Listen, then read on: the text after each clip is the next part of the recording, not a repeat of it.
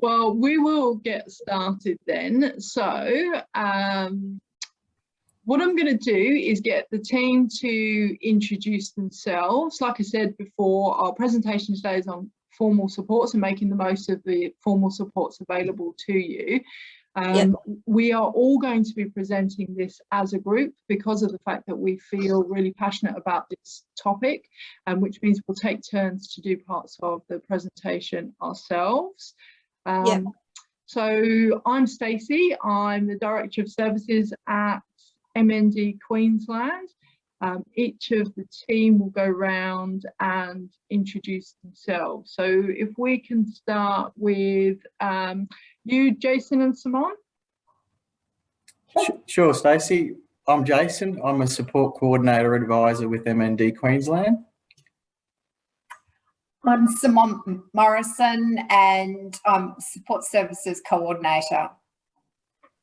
Hello everyone, my name's Sandra and I'm an advisor for MND and also a support coordinator. Excellent, thanks guys. So I'm going to hand over to Simone, who's going to kick off the presentation today. Okay, thank you, Stacey. Do you want to go to this next slide? Okay, so what do we mean by formal supports? So we'll just chat through that a little bit this morning. So formal supports are services provided by an organisation or a paid carer. For people with MND who require assistance with a variety of activities of daily living or tasks around the home, formal supports can be used to maintain independence, support engagement in the community and reduce the reliance on family members for friends.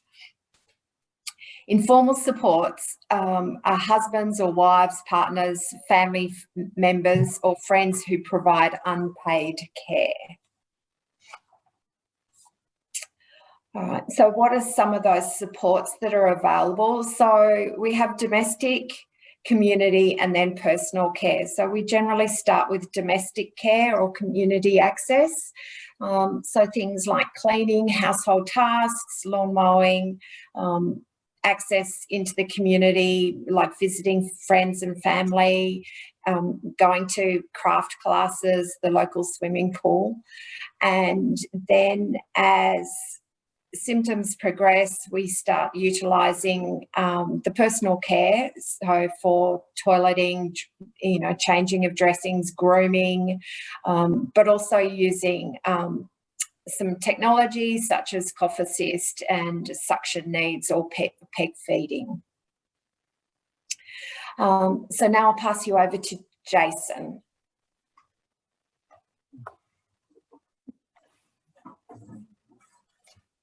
Thanks, Simone. So today I'd like to just talk a little bit about on the reliance of informal care supports, the physical and emotional, financial impact, relationships, and all eggs in one basket. So we'll just go through them point by point and talk a little bit about some scenarios around them. So there can always be a risk when there's a reluctance or not even to know how to take on, paid support services to help reduce the impacts of informal care of someone with MND. Taking on the role of informal care for someone can often be a slow progress to that, and given the time it takes to actually get an MND diagnosis. So there's some aspects to the role of informal carer, but in order to make the most out of formal and informal carer supports, I'll discuss the important risks, aspects and scenarios of informal carer role to consider and how these areas combine, these four areas combine and link together and overlap to significantly affect the health and well-being of the informal carer of someone with MND. So if we talk a little bit about the physical and emotional, mental aspect, that slow process I talked about, and as an organisation with MND, as an organisation we deal with MND from the point or close to diagnosis, as you know, and from there the physical and mental effects are almost always there from the onset.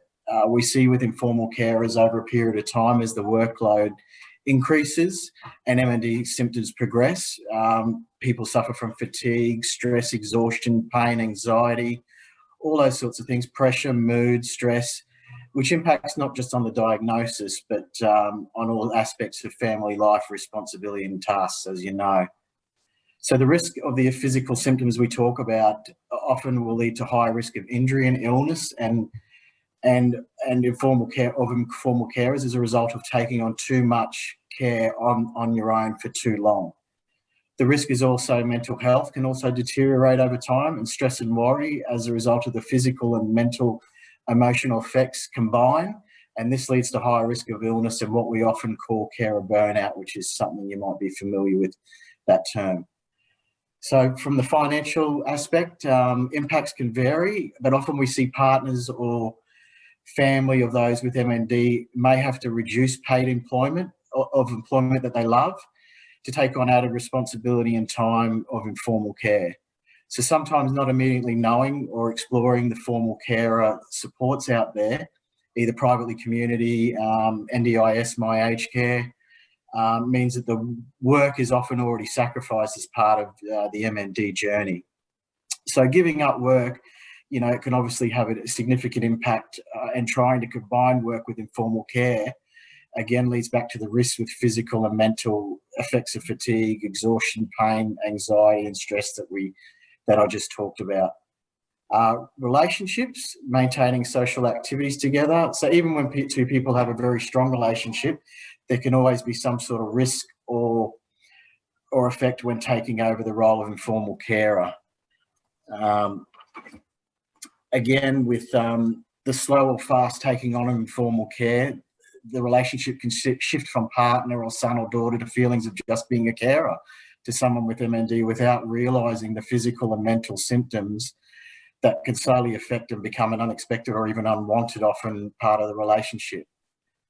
So in that sense, do we really want to look back and that we made the most out of the precious time we had with our loved ones, enjoying each other and activities together, these social activities together for as long as we had possible, of course. And it's important that we understand the risks involved in taking on too much informal care that again leads back to those physical and mental health effects on informal care. So moving on to the eggs in one basket, reliance on one person for informal care.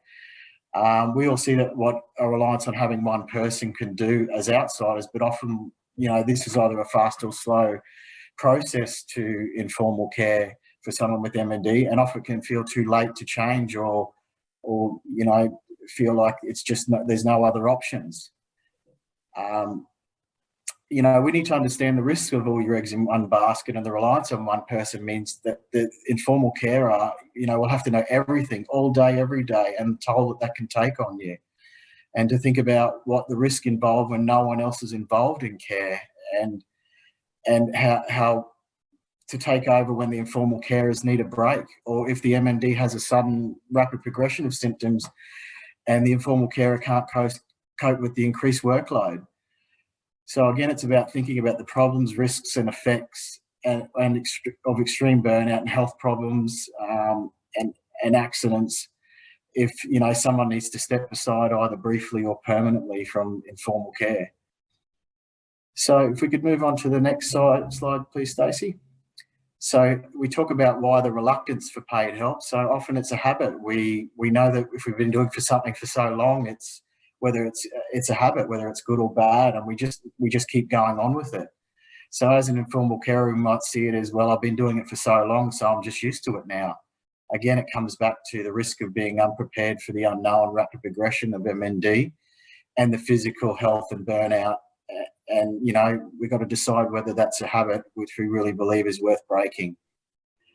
And so we talk about the sense of responsibility next in sickness and in health. I have to do it because everyone expects me to do it. I'm the partner or family member that's closest and nobody else can do it, or I feel guilty if I don't do it. Why do we need to feel that we have to be the only one just because we're the closest family member or friend? Again, with all your eggs in one basket, the risk, and problems of being around 24/7 for the care of someone or a loved one with MND, and the risk of not exploring a formal service network who can support you in ways that you need. And also remembering that nobody that truly cares about you is even going to judge you if you reach out for care. So it's important to know that. The next point, privacy. We're all very private people, most of us, and often we don't want to worry anyone or even get tired of discussing MND diagnosis over and over again, you know, which for everyone would be very upsetting and exhausting, which again links back to those physical and mental health symptoms that I talked about. Also, the person with MND might not want anyone else to know. You know, we get that quite often with clients, that they're not ready to talk about the diagnosis. And we must always respect that that's someone's choice. But remember, the risk again there is if we can't help, or if we don't know about the diagnosis, when we do ask questions, it will be always coming from a place of love and support for someone that cares about you. And what are the risks if we remain private and we don't accept formal service help? Even in small steps, even if it's just a little help, like a service of a fresh cooked meal, mowing the grass, or, you know, how can we ever manage to reduce the impact on the physical, mental, financial and relationship and well-being of that without disclosing things? So the standard side of things, we all have the highest standards when it comes to caring for loved ones. We're all the same, and it can be a huge barrier to reaching out for help.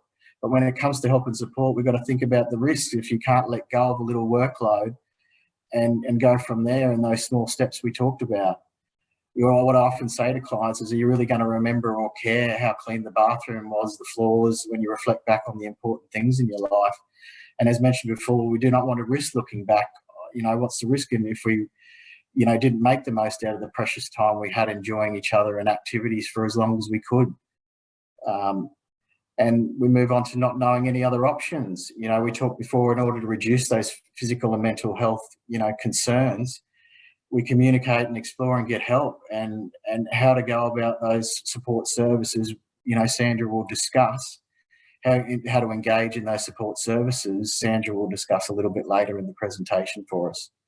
You're not expected to know everything about care options, and what's the risk if you don't ask questions of your health team and from us at MND, knowing that we're all here to help. We talk about quality of providers. At MND Queensland, we use our experience and expertise to find the right providers that truly understand people and want to support people with MND and make your life easier. And, you know, again, it's important that, you know, we be upfront about expectations about the types of areas of support you need and how the provider can meet your needs, and never the other way around. But what's the risk of formal services? What's the risk of giving formal services a chance to help you, and you can't know what they can do for you without trying them first, and you don't know how your workload will change as a result of that.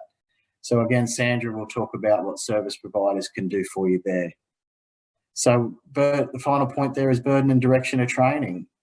Again, the risk of not being upfront with directions and tasks and the specific training you need. Say you want a carer that's interested in gardening or sports, or has to be able to use specific types of equipment like hoists. And when we talk about burden of training, you know, which MND Queensland can help with, it's hard at first letting go of services with people for in-home support. But what's the risk of not trying, you know, to your physical and mental health that we talked about earlier? So thank you. And now I'll hand over to Sandra, who will discuss further scenarios on how to go about preventing a crisis and engaging in and allowing formal support services to settle into your needs and routine. And giving them a chance is a good start towards making life easier for the informal carer in the long term. Thank you. Thanks, Jason. Over to you, Sandy. Thanks, Jason. Thanks, Stacey. So I suppose I'll be talking about solutions and how we can go about finding service providers or carer support, and also, you know, for whatever reason, if you're not actually happy. And again, as you all know, it's around choice and control. So what I'm going to talk about is that we need to consider starting before you actually need the services. So starting up front, it's really about getting people into your home so that you start feeling comfortable with them. And also starting to engage and seeing if they're actually doing the right thing by you. So getting familiar with actually having somebody into your home. Now that can be, the capability of the carer, so professional knowledge. If we have carers that come in there, we will actually talk to them and find out that they'll actually meet all of your MND requirements and make sure that they have knowledge and have been trained appropriately, so they come in with experience.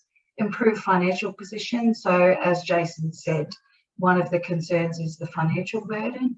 If we do engage with carer support, informal carer support, you know, your partner or loved one can choose to remain at work, even reduce hours, but choose to remain at work, which is really important for them.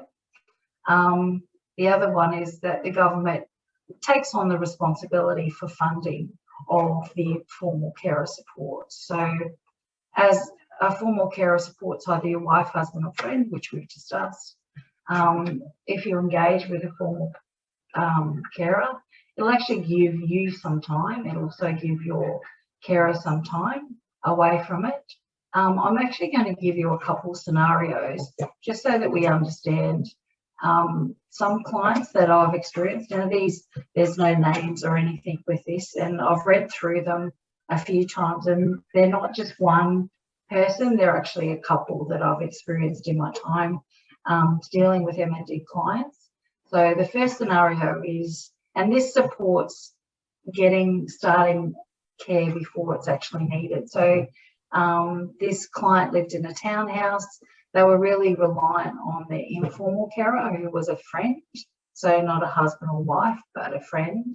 The townhouse had quite steep stairs, so the friend was actually engaging with assisting getting up and down the stairs daily. Bedrooms, bathrooms, everything were upstairs. What happened is, as the client progressed with his legs and his arms movement, which we all were aware of, then it actually became quite a dangerous situation for all involved.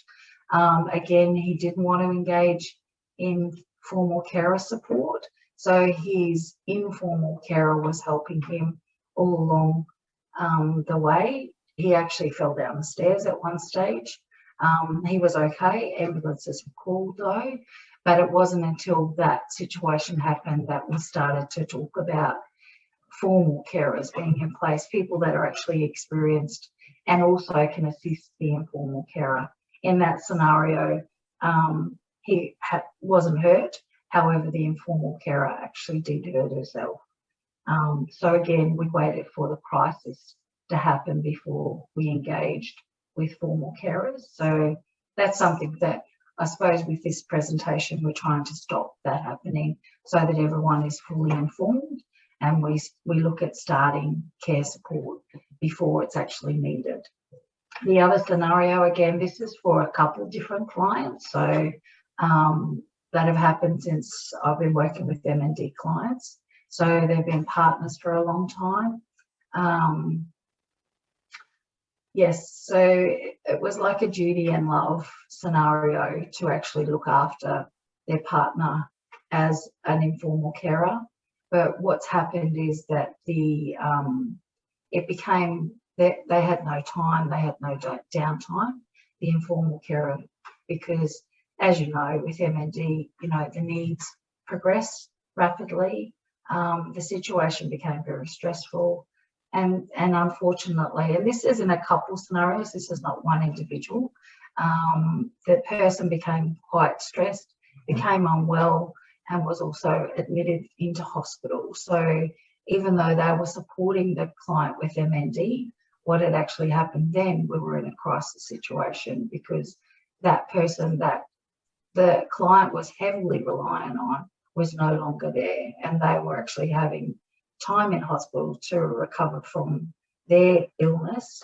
So therefore we then had to bring in emergency care support into the home. So again, it's making it, what we're trying to say is let's look at it before we get to that crisis situation. Yes, thank you, Stacey. So this slide is all about when we engage, and it's a case of, as it says, taking small steps so that we can actually introduce people into your home. And we as support coordinators support coordinators or advisors can actually assist you with that. So it's making the decision that you will allow someone to come into your home, help with cooking, cleaning, lawn mowing. As Simone said before, people come in and will take you out to either the pool for exercise or art classes. We can organise that sort of thing. It's good to actually engage with that initially so that you can then become comfortable with somebody else being involved in your life. It's also having the combination of, you know, your loved one and also formal care support. With doing that with the formal care support, then you give your loved one the time that we spoke about just before. It's really important once you decide that you want to take that next step is that we interview service providers. Now that's not just MND Queensland, that's you people actually interviewing them, informing them of the not negotiables, the hours that you're actually needing and what you actually expect from the care provider. The other question is, it depends on your needs as well, whether they need training. We can actually, we'll actually speak to the service providers to make sure that they will meet your needs. However, we can look at in-house training if that need is. Your informal carer can actually also support them as well with that. So we can offer that training, be open and honest and learn and build rapport, which is really important when the carers come into your home. So tell them clearly what you're actually wanting them to do today. Yes, it's really important as well that we look at all of these things, but prior to engaging with the service provider, that we make sure that you can actually afford the funding. So we look at whether it's My Aged Care or NDIS. So we'll look at, and we can support you with that or yourselves, but it's really important that we look at the funding before we engage.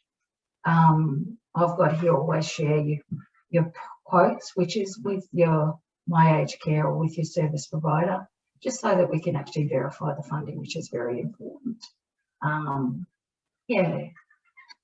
I also have said, which again is the same, is to engage with the service providers up front so that you can actually work out if they're a good fit for you. So what we do is we'll tend to make an appointment and sit with you if you want, or get them to come out and talk to you. That's when we'll walk through a care plan, which is really, really very important to actually have a care plan in place, which is really clear about what your expectations are while they're actually in your home or taking you out. So that's how we go about doing the things. Thanks, Stacey. It's really also important that you have a voice, which I've spoken about this before. You have choice and control. So if you're actually not happy with the service provider and they have engaged, the first thing, which you would all know, is to give them the benefit of the doubt. So tell the carer of the issues or what they're not doing correctly and give them the benefit of the doubt to actually change their behaviour or practices. Or if they need training, talk to us and we can maybe look at training, or we can talk to their service provider for that extra training. So again, address it with the person. If that doesn't work out, then we can actually talk to the service provider, and either it's really important that a carer is a good fit, so we can look at maybe changing the carer if it's not a good fit, or what actually needs to change. And we give them the opportunity to, as we've got here, lift their game. So actually meet your requirements. I think it's really important to have a care plan in place, which I discussed before. So the care plan really clearly will say what's actually required for all of the workers when they're in your home or when they take you out in the community. So that's something to be really clear about what your expectations are. The other thing is, again, it's around choice and control. If you've given everyone the benefit of doubt, you've also spoken to the service provider, then, and if you're still not happy, we can change service providers. because, you know, you don't have to put up with poor service, which again, everyone's paying for. So yeah, so if you're not happy, again, it's around choice, and you have the right to actually choose and change if that's the case. Thank you, Stacey. Okay, thanks, Sandy. So I wanted to talk to you now about a provider's perspective. Before joining MND Queensland, I worked for a personal care service provider, which means that I've seen some of the challenges from both sides of the fence. I wanted to share those experiences and understandings with you. Firstly, to give you a bit of insight into why we feel so strongly about this. So the organisation I worked with, all of their clients, you're just automatically given enough funding for all of their care to be managed formally, and there was no expectations on informal carers. So it's a real surprise for me to come here and see that people with MND were largely supported by informal carers rather than formal carers, and the impact that had on the family unit as a whole. That's why I personally feel so passionate about making sure people are aware about the options that are out there for them, and their entitlements to have that support delivered formally through a service provider. But what I also want to do is help you to understand the challenges a service provider faces in delivering that care. Because we can sit here and say you should reach out for formal care and get a service provider in place, but we'd be lying to you if we said it will run smoothly, because they will experience challenges in delivering your service. And I believe that when we understand why those challenges might exist, it can help with some of the frustrations. But more importantly, as Sandy said, interviewing a service provider before you engage with them is really important. And if you understand some of the challenges that they might face, that gives you the opportunity to ask questions about how they will address those in delivering your service. So really it's giving you some tips around what that interview should consist of. If they understand their business, they'll be able to tell you what they do to address some of these things. So the first one is really about staff challenges. When the NDIS rolled out, the number of support workers required in the sector grew massively, very, very quickly. And the reality is that there wasn't necessarily enough people out there looking for employment as support workers. And so service providers found it really, really difficult to recruit, and they continue to do so. There is a huge number of service providers and a finite number of people who want to work in a support worker role. And that issue is exacerbated by the fact that the roles or the support only exists where it's required by clients. So mostly people will want some support first thing in the morning to get up out of bed, ready for the day, and possibly last thing in the evening to again get back into bed for the night. So most people are wanting support around the same times of the day, and a support worker can only be in one place at a time, which means that the workforce size needs to be bigger than if we were having these shifts at different points in time. And you also don't tend to need a huge amount of support first thing in the morning or last thing at night. So the same people, so the shifts that are available to many, many support workers are often only 1 or 2 hours each. And inevitably, when you think about what would appeal to most people in the workforce, 1 to 2 hour shifts aren't necessarily going to be the most appealing to those people. So the challenge is in obviously attracting good staff based on the not necessarily appealing shift times and shift hours, is also made slightly worse by the fact that the role has to be casual in many, many instances. People have a right to choose who they have in their home delivering these services. And so if you think about from an employer's perspective, you don't want to recruit all of these people on a part-time or full-time basis. So you've got to pay them regardless of what they're doing, only to have them go and do a shift with a client and have the client say, well, actually, I really didn't like that person. And it's appropriate that a person can say that. I wouldn't want somebody in my home that I wasn't comfortable with, but I also wouldn't want to be paying a support worker when we had no work for them because clients have made a choice that they weren't a good fit for them. So largely casual workforce, huge casual workforce because all the shifts are at one time. And to add to those challenges, they are paid under what's called the SHADS Award, the Social Community Disability and Home Support Award. So that sets the hourly rates that support workers have to be paid, and it also ensures that they are paid overtime rates for what's called broken or split shifts. So if there isn't a sufficient gap between their shift time in the morning and their shift time in the evening, or those shifts aren't completed within a certain time period, then they're required to be paid overtime. And those overtime rates aren't really accounted for in the hourly charges that a service provider can pass on to the client. The casual nature of the role also means that people can leave without notice, and they can take leave without there being a lot a service provider can do. So I remember it would be quite a common practice that we'd receive a phone call from somebody going, I can't make my shift in an hour's time, and then you're scrambling to find somebody else that is available to fill that shift, knowing that most of the people that want to be working that evening are already booked into shifts somewhere else. So yeah, that can be particularly difficult for service providers, and there's really not a lot they can do because they can't actually, it's difficult to say to a casual employee, no, you can't take leave, you've got to go and turn up for that shift.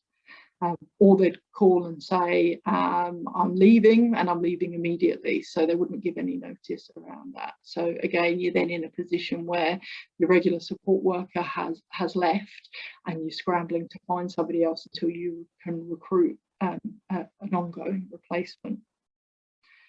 The other thing I wanted to point out is that there's a perception among some people out there that service providers charge a really high rate for personal care per hour. So the NDIS price guide specifies that it will usually be around between $55 and $63 an hour at those ordinary daytime, like weekday daytime rates. And that's quite similar to what my aged care service providers charge as well. And when I hear those sort of numbers, I do think that seems really quite high. But then when you look into what SHADS Award suggests that, or determines that a support worker should be paid, that's between $27 and $42 an hour. So there's really only about $20 of margin in there between what you're directly paying to the staff and what you're receiving from the client. And obviously that those costs change if you're on a late shift or an overnight shift or weekends or public holidays. So both what the service provider can charge will increase, but so will what they have to pay their staff as well. And so that $20 will stay, it will be around that regardless of whether it's on those higher rates or not.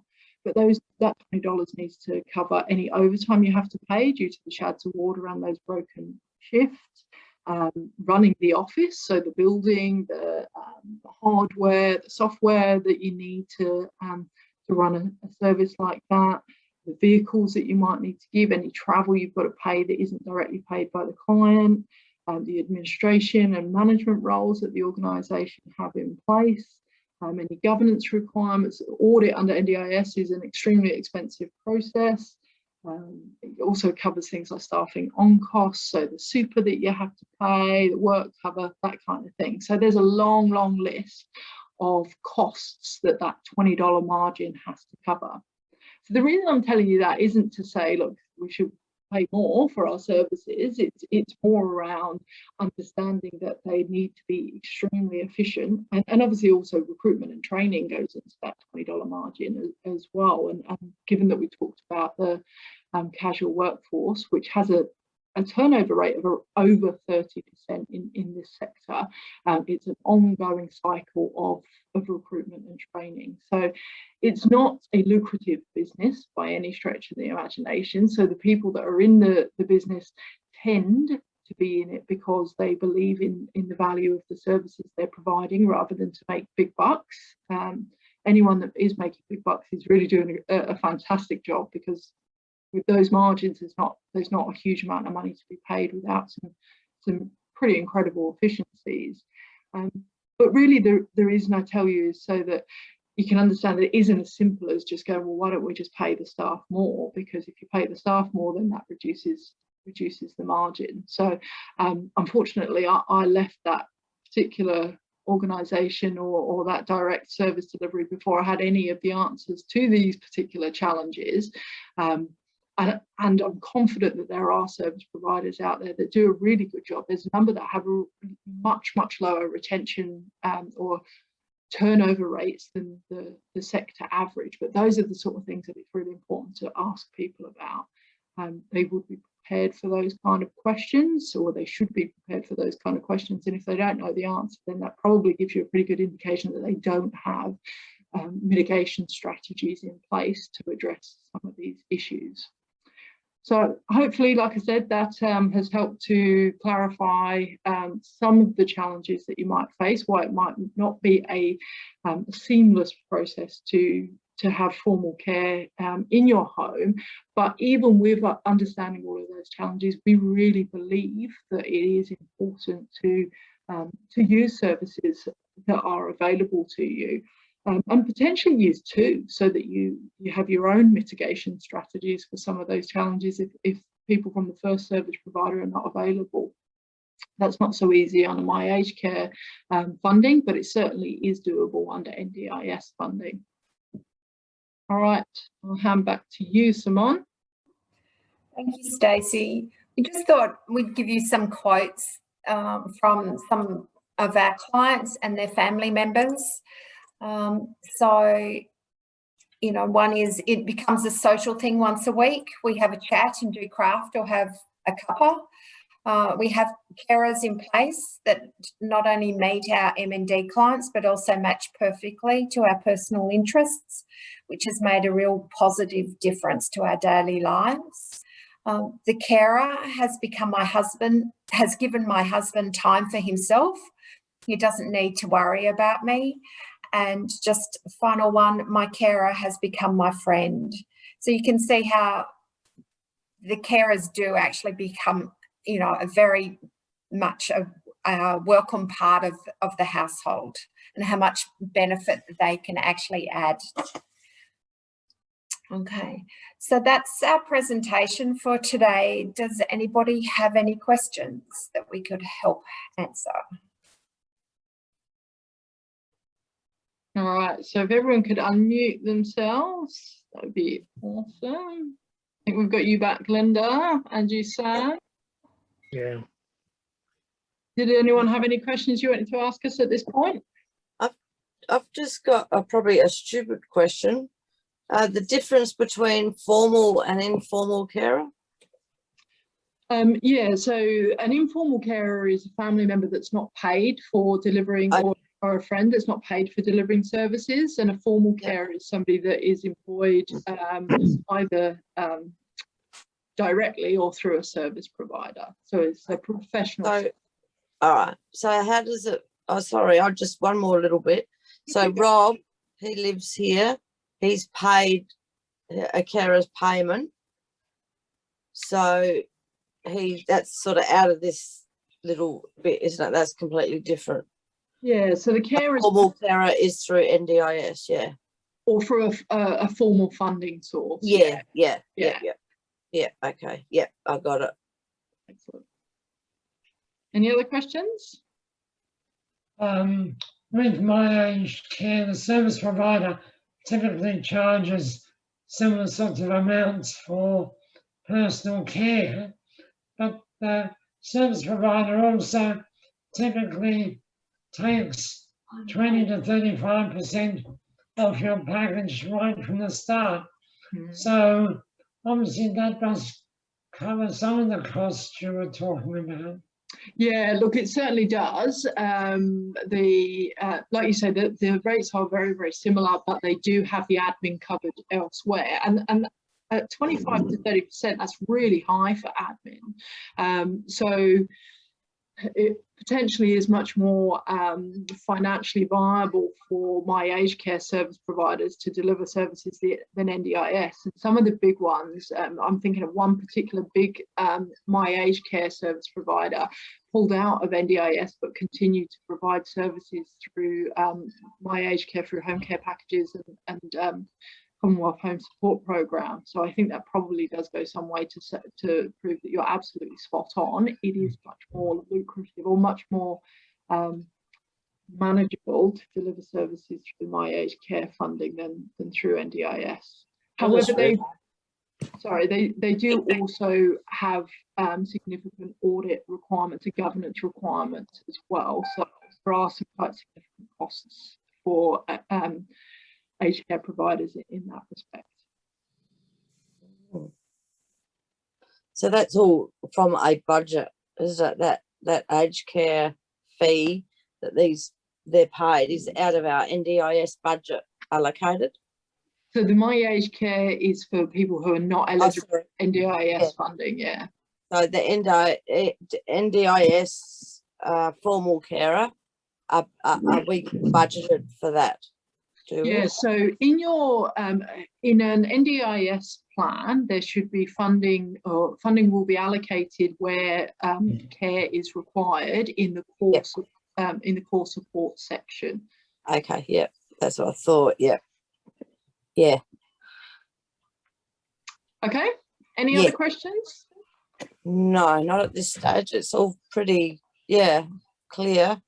I mean, I'm pretty early at this stage, but I will, like Jason has said, we need to sort of get things rolling.